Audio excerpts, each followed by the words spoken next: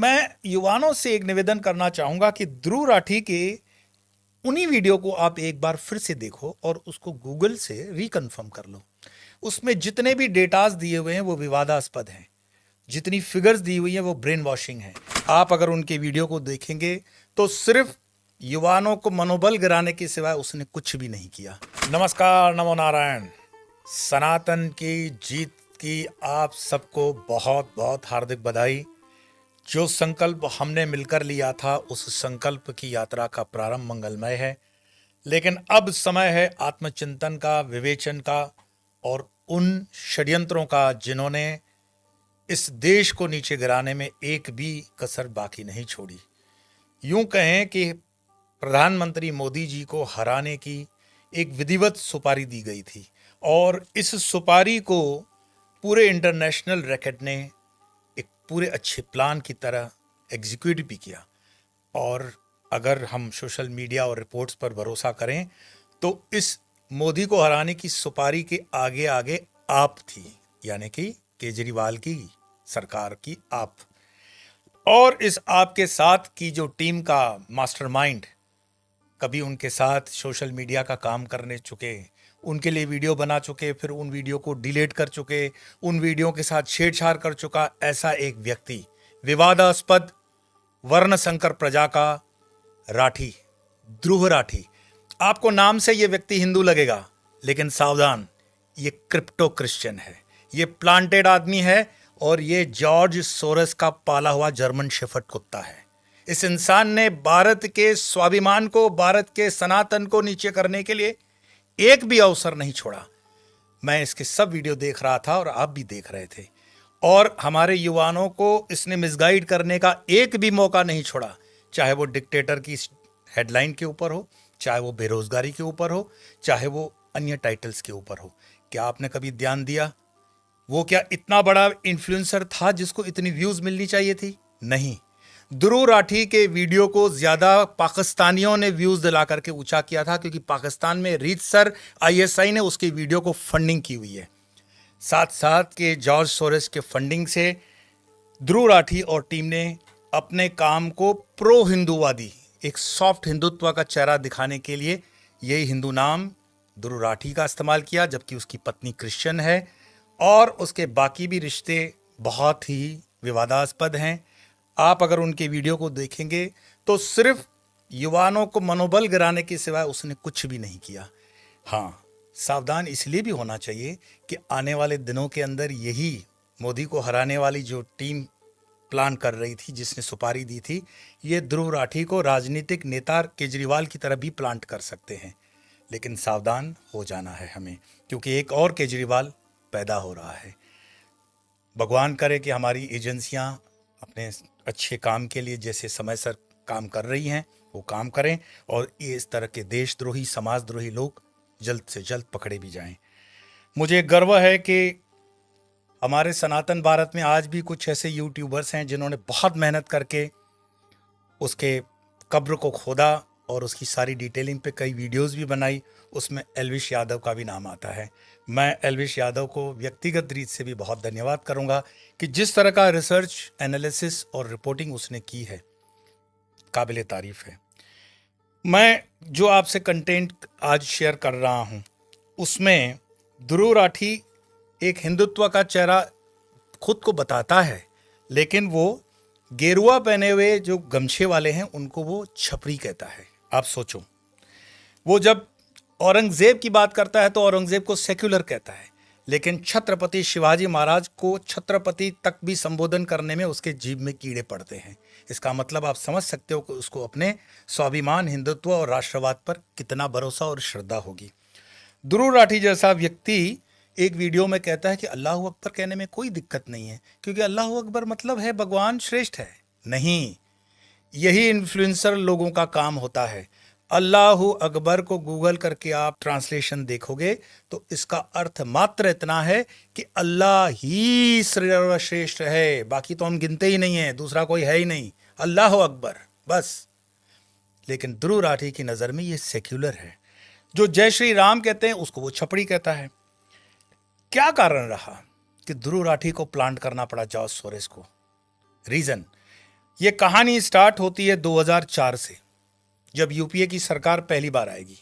फिर ये सरकार आने का कारण बना था, उसके पहले एनडीए के अंदर कुछ टीम वर्क ठीक न होने से अटल जी की सरकार रिपीट नहीं हो पाई।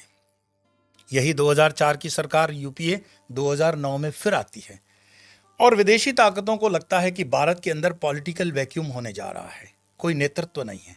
तब 2006 में ये फंडिंग करती हुई लॉबी $100 मिलियन जॉर्ज सोरेस ने इस देश को बर्बाद करने के लिए, मतलब 8,000 करोड़ रुपए का फंड अलॉट किया।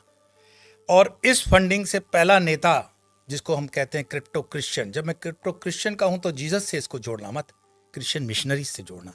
तो ये फर्स्ट क्रिप्टो क्रिश्चियन जो दिखाता है खुद को हनुमान चालीसा करता हुआ, केजरीवाल, उसको प्लांट किया जाता है पॉलिटिकल एरिना में एज अ नेता। 2006 से उसकी यात्रा आगे बढ़नी शुरू हो जाती है और विदेश में बैठे उसके आकाश ये कैलकुलेट कर लेते हैं कि लगभग 2014 में केजरीवाल किसी न किसी तरह से दिल्ली की सत्ता तक पहुंच ही जाएगा। और उसके लिए आम जनता का जो मुहिम था करप्शन के खिलाफ, मैं हूं आम आदमी, अन्ना हजारे, उस मुहिम को भी किसी तरह से हाईजेक कर लिया गया और जनता के दिल में, पढ़े लिखों के दिल में केजरीवाल के लिए जगह बना दी गई। केजरीवाल को अपना हिडन एजेंडा बिल्कुल पता था कि उसको क्या करना है, कब करना है, किससे करना है, कैसा करना है। यही कारण रहा कि पंजाब के चुनावों के अंदर भी उस पर जो आरोप लगे हैं कि उसने खालिस्तानियों से फंडिंग ली है, और वो कहने वाला भी उनका ही लीडर है, तो ये गलत नहीं है। लेकिन कहते हैं ना कि राम जी के राज्य में आप सोचो एक होता दूसरा है, मैन प्रपोजेस गॉड डिस्पोजेस। जब इन फिरंगियों ने जो प्लान किया था कि भारत देश पर वो एक देशी चमड़ी का व्यक्ति बिठाएंगे जो दिखेगा तो हमें हिंदू शेर, लेकिन उसके अंदर होगी क्रिप्टो क्रिश्चियन लोमड़ी यानी केजरीवाल, वो फेल कैसे हो गया कि गुजरात से बढ़ता हुआ असली शेर गिर का नरेंद्र मोदी जी आगे बढ़ते हुए सत्ता के गलियारों में प्रधानमंत्री बनते हैं 2014 में। 2014 में उनके प्रधानमंत्री बनते हुए भी, अगर आपको याद हो, अमेरिका ने उनको वीजा देने से उन वक्त मना कर रखा था। और इसके मजे कौन ले रहा था? राहुल बाबा की पार्टी। क्यों? मैं आपको बताऊंगा कि ये राहुल बाबा की पार्टी का भी जॉर्ज सोरेस से क्या संबंध है। मैं आपको प्रमाण के साथ बताऊंगा कि जॉर्ज सोरेस के लिए कभी मनमोहन सिंह, हाँ वही मूक मनमोहन सिंह जी की बेटी भी काम कर चुकी है। तो ये चोर मौसेरे भाई सब आपस में बंधे हुए थे। ये बहुत अच्छे से उन्होंने प्लान एग्जीक्यूट किया और हिंदुओं को ठिकाने लगाने के लिए राम मंदिर के ऊपर जो निर्णय आने वाला था उसको रोकने का हर प्रयास, आप जानते हैं, कपिल सिब्बल और टीम ने खूब किया। लेकिन राम जी की जो इच्छा थी वो सर्वोपरि थी। 2014 में मोदी जी के वहां पहुंचने के बाद भी फिरंगियों ने ये नहीं सोचा कि मोदी जी इतने खतरनाक प्रधानमंत्री हो सकते हैं, और मोदी जी ने वो कर दिखाया। 2019 में मोदी जी ने फिर करिश्मा कर दिखाया और अब विदेशी लॉबी बहुत बहुत परेशान हो गई। क्यों परेशान हो गई? क्योंकि भारत देश के अंदर भारत के जो किसान अनाज पैदा कर रहे थे, तब भी हम सारी दालें कनाडा से इंपोर्ट कर रहे थे। वो सारी दालें जो कनाडा से हम इंपोर्ट कर रहे थे उसको पैदा कौन कर रहा था? वैंकूवर में बसे हुए हमारे सिख भाई। लेकिन अगर वहां की दालें हम इंपोर्ट नहीं करेंगे तो कनाडा की सारी इकोनॉमी रास्ते पे आ जाएगी। मोदी जी ने आखिरी खील कफन में वो भी ठोक दी कि भारत के किसानों को उन्होंने तेलियन और दालों की खेती करने के लिए एनकरेज किया और दालें भारत में पैदा होने लगी। दालें भारत में पैदा होने लगी तब ट्रूडो सरकार ने खालिस्तानियों को ये कहा कि अब आप हमारे काम के नहीं हो, इसीलिए आप कुछ भी करो। सीएए, एनआरसी और ये जो किसान आंदोलन आपने देखा, ये आंदोलन उसी फंडिंग का नतीजा था। एक बहुत बड़े षड्यंत्र के तहत रोड्स को ब्लॉक किया गया, जुडिशरी को इन्फ्लुएंस किया गया, और इसमें कुछ पत्रकार, हाँ हिंदी पत्रकार भी इसमें शामिल हैं, जिनको मैं बोलता हूं लिब्रांडू। ये लिब्रांडुओं ने पैसे लिए और उन्होंने सॉफ्ट हिंदुत्व दिखाते हुए ऐसे दिखाया कि जैसे मोदी सरकार बहुत अन्याय कर रही है, और हिंदुओं से उनके वोट काटने की पूरी कोशिश की गई। लेकिन सनातन धर्म की ये विशेषता रही है और हिंदू जनमानस के हृदय की ये विशेषता रही है कि वो जब निर्णय कर ही लेता है तो कर ही लेता है। ये बहुत निर्णायक चुनाव था 2024 का।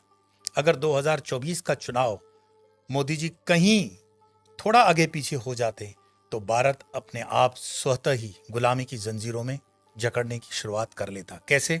अगर आपको याद हो तो वो वीडियो देख लो जिसमें केजरीवाल कहता है कि अगर आपने मुझे वोट नहीं दिया तो मुझे जेल जाना पड़ेगा। उसको जेल जाना ही था, जाना ही पड़ेगा और गया भी। लेकिन अगर 1 मिनट के लिए आप सीन को उल्टा कर देंगे तो क्या आपको लगता है कि ये जो सारा इंडी गठबंधन दिखाता था कि हम सब साथ साथ में हैं, वो सचमुच में साथ साथ में थे? नहीं। इंडी गठबंधन की अपनी आंतरिक कलह ने ही उसको बर्बाद कर दिया, उसकी कब्र स्वयं खोदी उसने। क्योंकि सबसे ज्यादा अगर केजरीवाल के बाहर आने से किसी को घाटा हुआ तो कांग्रेस को हुआ, क्योंकि केजरीवाल सीधे सीधे फक्त 2 या 3 सीट ही दिल्ली की बीजेपी से सीधे टकराव में था, बाकी सीटें पंजाब की तो वो कांग्रेस से लड़ रहा था। अब मजे की बात यह है कि उसको केस भी कौन लड़ रहा था? मनु सिंघवी। मनु सिंघवी कौन है? कांग्रेस का ही। लेकिन कांग्रेस के मनु सिंघवी ने क्यों केजरीवाल को सपोर्ट किया? क्योंकि राज्यसभा की सीट मनु सिंघवी हार चुके थे। वो मलाल, वो जख्म हरा था। प्लस केजरीवाल ने जो कांड हुआ वो मारधाड़ वाला, आपको पता है, उसमें उनको राज्यसभा सीट के देने की बात हुई। वो तो अब आने वाला समय आपको दिखेगा भी कि कौन उस पार्टी से त्यागपत्र देगा और कौन आगे जाएगा। कैसे कैसे धीरे अब सरकार सारी फाइलें खोल दी जाएगी। लेकिन मैं युवाओं से एक निवेदन करना चाहूंगा कि ध्रुव राठी के उन्हीं वीडियो को आप एक बार फिर से देखो और उसको गूगल से रिकन्फर्म कर लो। उसमें जितने भी डेटाज दिए हुए हैं वो विवादास्पद हैं, जितनी फिगर्स दी हुई हैं वो ब्रेन वॉशिंग है। वो एक धरे की मीडिया, विदेशी मीडिया, पालतू मीडिया, पेड मीडिया या लिब्रांडू मीडिया का ही वचन है। अगर आप देखोगे कि जो भाषण खड़गे देंगे वही ध्रुव राठी के वीडियो में आता था, जो भाषण केजरीवाल देने वाले होते थे वही भाषण आप ध्रुव राठी के वीडियो में देखोगे। हमारी पैनी नजर थी इन पर, लेकिन हमें भरोसा था भारत के जनमानस पर कि आप ईंट का जवाब पत्थर से जरूर देंगे, और वो दिया भी। हालांकि युवाओं को बरगलाना, उनका आत्मविश्वास कम करना, ये तो उसका रहा ही। ये देखा जाए तो ध्रुव राठी एक ऐसे ग्रुप से भी जुड़ा हुआ था जिसमें विवादास्पद और नाम भी हैं। आप 3-4 नामों को नोट करें। एक है आदिल आमीन। आदिल आमीन ये वो चेहरा है जो इसी गैंग का एक हिस्सा है। एक और नाम है, वो नाम है उमर खालिद। याद आ गया, टुकड़े टुकड़े गैंग। उसी टुकड़े टुकड़े गैंग का एक और सदस्य है बांसुरी वाला कन्हैया, जो दिल्ली से लड़ा। ये वो लोग हैं जो आपस में मिलकर के सरकार को, कहते हैं ना, डिस्टर्ब करने का कोई भी मौका नहीं छोड़ते। एसएफआई और DYFI, student federation of India, और डीवाईएफआई के 50 बच्चे जिन्होंने ब्राजील के एम्बेसी के बाहर प्रोटेस्ट किया था, उनको डायरेक्ट एनकरेज करने के लिए ध्रुव राठी का नाम आया हुआ है सोशल मीडिया में। और इसके साथ आदिल आमीन का भी नाम है। कारवां ए मोहब्बत एनजीओ जो है वो आदिल आमीन चलाता है। नाम से तो आपको पता ही पड़ गया कि यह मोहब्बत वाले, पीस लविंग कम्युनिटी, सबका मालिक एक, इस तरह के। और इसमें एक विवादास्पद नाम, खतरनाक, बहुत खतरनाक, वो है टीएस हर्षमंदर। हर्षमंदर वो नाम है जो आपको दिखता तो हिंदू है, लेकिन भूलना मत ये वही व्यक्ति है जिसने सोनिया गांधी के दिमाग में वो कीड़ा डाला था कि जाते जाते वो बिल अगर पार्लियामेंट में पास हो गया होता तो आज हिंदू अपने ही देश के अंदर शरणार्थी होता। उस बिल के अंदर ऐसा था कि माइनॉरिटी कुछ भी कर सकती है, मतलब मुसलमान इस देश का आपको मार सकता है, पीट सकता है, माँ बहनें घर से उठा सकता है, हिंदू उसके खिलाफ कुछ नहीं करेगा, और अगर करेगा तो उसके खिलाफ कार्रवाई होगी। ये बिल बनाने वाला व्यक्ति हर्षमंदर है। हर्षमंदर यूपीए सरकार का इंटीग्रल पार्ट माना जाना चाहिए और सोनिया गांधी की एडवाइजरी बोर्ड का खासम खास। आप समझ गए ये लिम्बराडुओं की टीम। मैं अगर नाम लेता जाऊं तो उसमें तीस्ता सतलवाड़ भी आ जाएगी, लेकिन तीस्ता सतलवाड़ तो कल का बुझा हुआ चिराग है, हम उस पर ज्यादा बात नहीं करेंगे, आप उसके बारे में जानते ही हो। कुल मिलाकर के ये जो आपने देखा था ना, हमारे राहुल बाबा चलते थे भारत जोड़ो यात्रा, ये भारत जोड़ो यात्रा का डिजाइन विदेश में बना था और इसकी फंडिंग भी सोशल मीडिया में, ऐसा आरोप है, विदेश से हुई है। और इस यात्रा को गाइड करने वाले हर्षमंदर भी थे, आदिल आमीन भी थे, इसके मीडिया को संभालने के लिए कहीं ना कहीं ध्रुव राठी इनडायरेक्टली थे। कुल मिलाकर के ये आपस में मिलकर के काम कर रहे थे और राहुल गांधी को जो इनपुट्स दी जा रही थी वो इन टीम के द्वारा दी गई थी। आप सोचोगे क्या राहुल गांधी को अपनी बुद्धि नहीं है? अब आप ऐसे प्रश्न मुझसे मत पूछा करो। अगर उनको अपनी बुद्धि होती तो कम से कम आलू से सोना नहीं बनता। हर्ष मंदर ने CAA NRI को भी जो मैनेज किया था पूरे मूवमेंट को, बहुत एग्रेसिव तरीके से किया। और जैसे कि मैंने आपको बताया, मणिपुर के ऊपर जो दंगे हुए उनके ऊपर भी इन लिब्रांडुओं ने इतना हल्ला मचाया कि यूनाइटेड नेशंस तक में यह मुद्दा आया। यह मुद्दा क्रिश्चियन का मुद्दा है।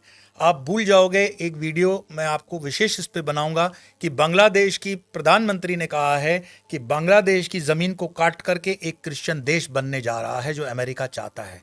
मणिपुर के दंगे उसी जमीन से जुड़े हुए दंगे हैं जो भारत के मिजोरम से क्रिश्चियन, मणिपुर के क्रिश्चियन और बांग्लादेश की उस जमीन को बनाने का नए देश को लेकर के बात चल रही है। यहां पर अमेरिका अपना बेस बनाना चाहता है।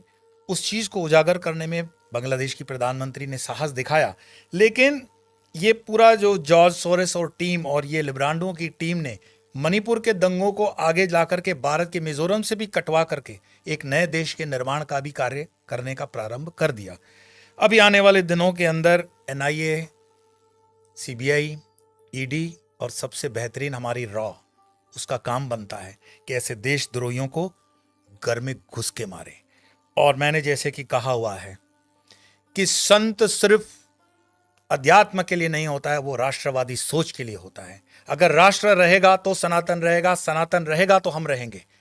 अगर ये भगवा पहनना का अगर अधिकार हमें मिलता है तो ये सनातन भूमि पे मिलता है, और इस भूमि के लिए हर संत को भी राष्ट्रवादी विचारधारा का होना चाहिए। ये मैं आपके विवेक पर छोड़ता हूं।